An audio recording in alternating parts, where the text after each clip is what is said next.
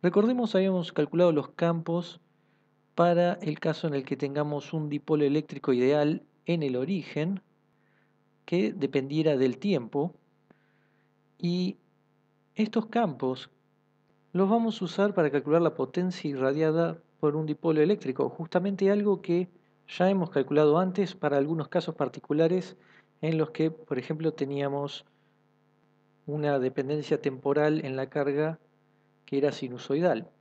Entonces vamos a utilizar los campos para calcular el caso general del dipolo eléctrico dependiente del tiempo.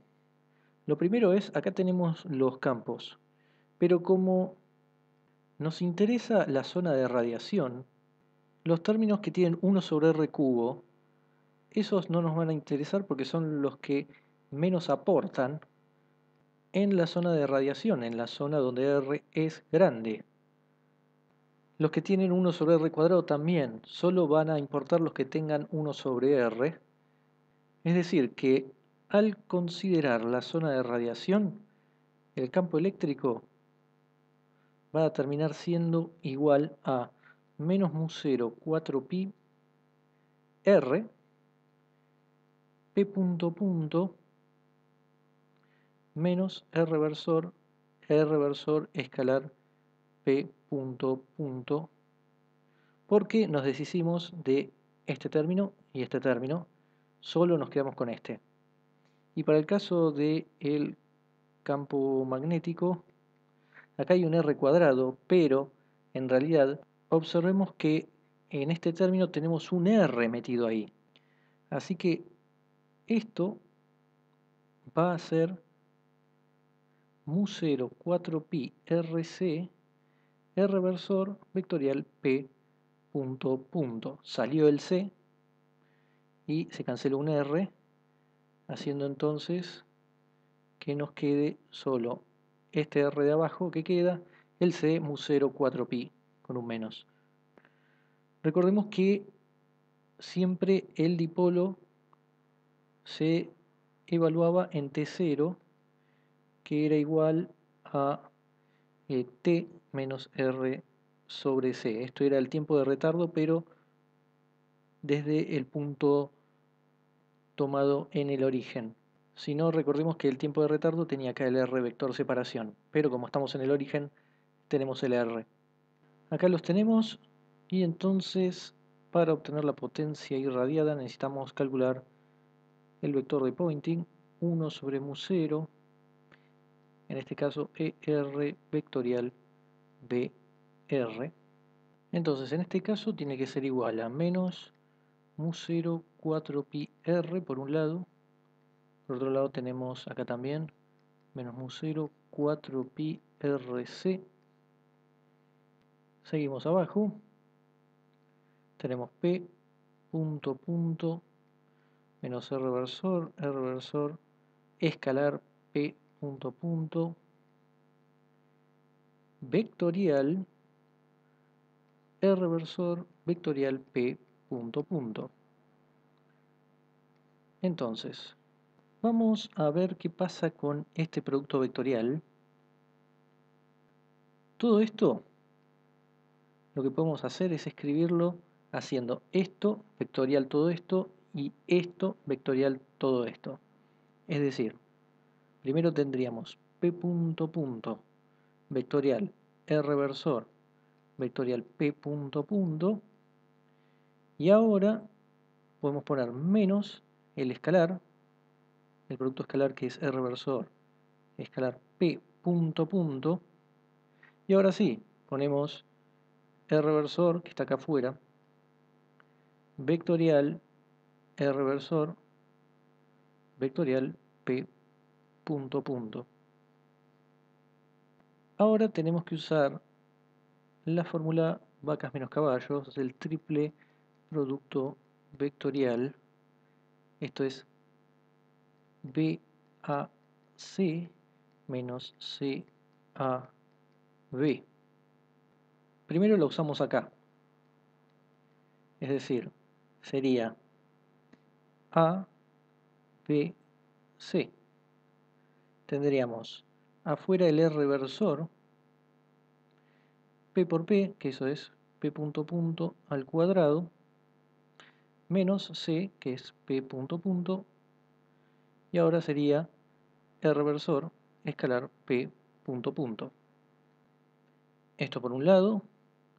Por otro lado, tenemos menos el reversor escalar p punto punto, y ahora decimos que esto es A, esto es B y esto es C, de modo que tengamos el reversor escalar p punto punto menos C es p punto punto, y el reversor escalar reversor, eso es 1. Ahora observemos que acá tenemos p punto punto, el reversor p punto punto con un menos, y acá tenemos el reversor p punto punto menos p punto punto, con este otro menos se hace más, es decir que este y este que está acá atrás se van a cancelar, haciendo que nada más nos quede por un lado este de acá, que es p punto punto cuadrado, y por otro lado este por este, es decir, el reversor por p punto punto al cuadrado, y por supuesto está quedando un reversor que multiplica tanto acá como también acá. Ahora, si hacemos que p punto punto esté apuntando en el eje z, es decir, p punto punto es igual a p punto punto en z versor, entonces, sabiendo que z versor es igual a coseno de tita r versor menos seno de tita versor, eso significa que el producto escalar con r versor tiene que dar coseno de tita, haciendo entonces que nos quede p punto punto al cuadrado menos, esto es p punto punto en módulo al cuadrado, pero por el coseno de tita que también está al cuadrado, y entonces esto es p punto punto al cuadrado 1 menos coseno cuadrado de tita, o lo que es lo mismo, esto es p punto punto cuadrado seno cuadrado de tita. Nos llevamos esto y lo reemplazamos en este producto vectorial que teníamos, de modo que el SR queda igual a, primero había que multiplicar esto por esto, haciendo que nos quede un mu 0 cuadrado arriba 4pi r al cuadrado, así que acá pongamos 16 pi cuadrado r cuadrado c, pero había un 1 sobre mu 0 que acá faltó de el vector de Poynting de la definición, así que en realidad acá se va uno de estos. Y ahora sí, entonces agregamos el otro resultado que teníamos, que es p punto punto cuadrado seno cuadrado de tita, y si queremos la potencia irradiada, esto es la integral de SR de A en una esfera de R fijo, así que esto es mu 0 16 pi cuadrado c, tenemos el p punto punto cuadrado integral de 1 sobre r cuadrado, que no lo metimos todavía, y seno de tita cuadrado, y después tenemos para el diferencial r cuadrado seno de tita de phi. Acá entonces podemos cancelar esto y nos quedaría primero esto que ya teníamos, p punto punto cuadrado, de la integral de phi sale un 2pi, esto se hace entre 0 y 2pi, y después está la integral entre 0 y pi de seno cubo de tita, que eso es 4 tercios. Cancelamos pi con este, cancelamos 16 con 4 y queda otro 4 abajo, pero ese 4 cancela este 2, siendo que queda un 2, Y nos queda un 6 abajo. Mu0 p punto punto cuadrado 6 pi c. Esta es la potencia irradiada que nos queda, caso general, de un dipolo eléctrico que depende del tiempo. Pero podemos verificar a ver si cumple con el caso sinusoidal que habíamos visto al principio. Nos daba mu0 p0 cuadrado omega cuarta 12 pi c. Y el p de t en ese caso era p0 coseno omega t en z versor. Así que vamos entonces a meter esto acá, haciendo primero la primera derivada, p0 seno de omega t con un menos y sale un omega, y p punto punto vamos a tener un menos omega cuadrado p0 coseno de omega t. Pero nosotros queremos p punto punto al cuadrado, que eso es omega cuarta p0 cuadrado coseno cuadrado de omega t. Por lo que la potencia irradiada es mu0 6 pi c omega cuarta p0 cuadrado coseno cuadrado de omega t. Ahora, nosotros al tener un sistema oscilante teníamos que tomar el promedio temporal, y entonces si nosotros hacemos eso, el promedio de coseno cuadrado de omega t es un medio, es decir, que si tomamos el promedio, esto es omega cuarta p0 cuadrado un medio, y acá entonces tendríamos que el promedio de p es mu0 omega cuarta p0 cuadrado, y acá habría un 12 pi c. Y ahora sí, esto es exactamente lo mismo que nos daba en este caso. También podemos ver qué pasa en el caso de que p de t sea cuadrático, es decir, que sea un medio p0 punto punto t cuadrado también en z versor.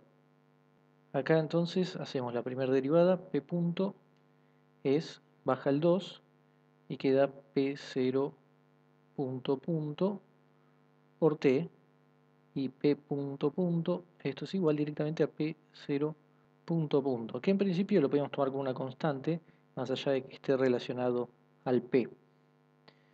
Entonces, en nuestra fórmula, p quedaría igual a mu0 6 pi c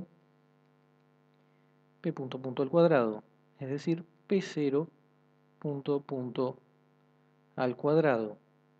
Ese caso lo habíamos hecho para el p que tenía forma cuadrática en el tiempo.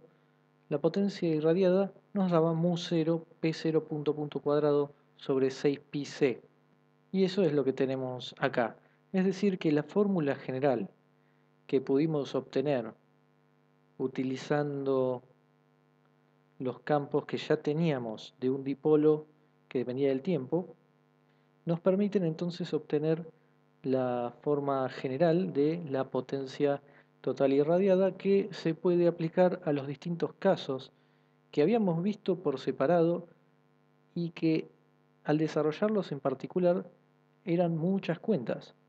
Acá lo único que hacemos es tomar el atajo de que ya sabemos cuáles son los campos, que son complicados, pero al utilizar la zona de radiación, tomar qué pasa para R grande, solo nos quedamos con algunos términos y eso facilita la cuenta para obtener luego el vector de Poynting, después integrar para obtener la potencia irradiada, y luego con esta fórmula, dependiendo del P, del momento dipolar eléctrico que tengamos en cada caso, podemos adaptarlo para los distintos sistemas que ya hemos visto, como era el oscilatorio. Por eso en ese caso particular teníamos que tomar el promedio, y después otro, el cuadrático. Ahí ya directamente vemos que poniendo el p punto punto al cuadrado que nos daba,